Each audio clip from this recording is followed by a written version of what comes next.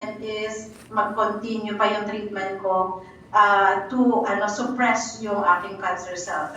Sabi ko ganyan, okay, let me check yung medication. So ako yung tao na talagang nagre-research ako. Then when I research about that injection medication, I have to take it like every month. So ang side effect nun is to brittle my bone. Sabi ko gano'n, okay, I have to check my bone density. So when I went to my nagpa-bone density test ako, nasa borderline ako. Imagine kung detect ko yun, ano pang mangyayari sa aking bone? So I'm already in the borderline, titik pa ako ng gamot na yun, wala na. Hindi din ako makalakad, ako ang tao na gala. So I refuse. I canceled again. I not cancel, but I did not take the medication.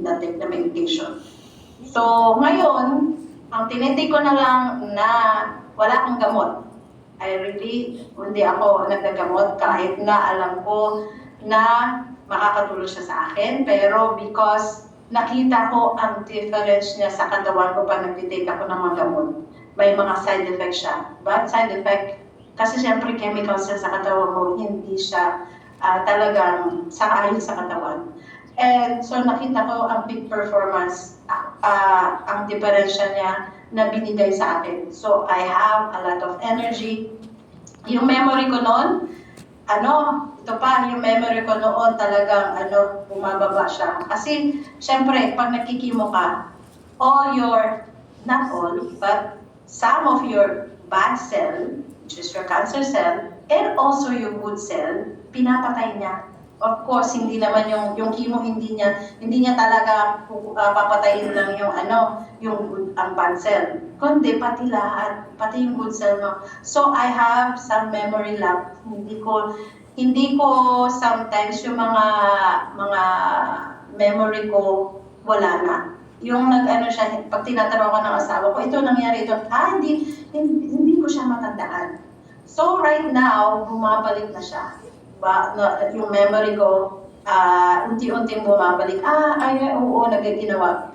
So, even dun sa trabaho ko ngayon, kasi when we give report, we have to memorize. Hindi lang talagang kailangan namin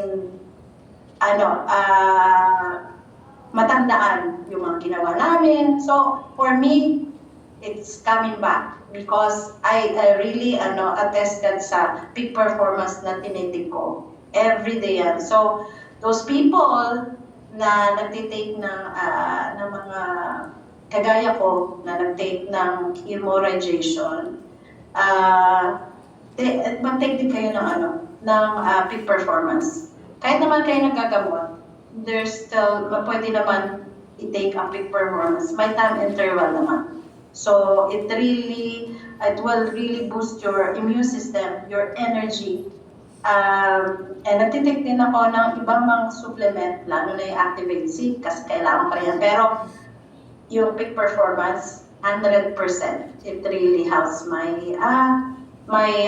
immune system, my strength, and for me, mas maganda pa ang aking pakiramdam kaysa noon. Mas marami pa akong energy. Imagine, ang dami kong activities after my work. Hindi lang po work ang ginagawa ko, pero I'm more involved sa church. And not only church, meron pa kaming extra activities sa labas. Kasi kami ng husband ko were more member ng mga iba-ibang music ministry. So, yun lang po. Sana po nakatulong ito yung aking testimony sa inyo na try nyo rin po yung na-try ko na peak performance. Okay, yun lang po. Salamat po ng marami.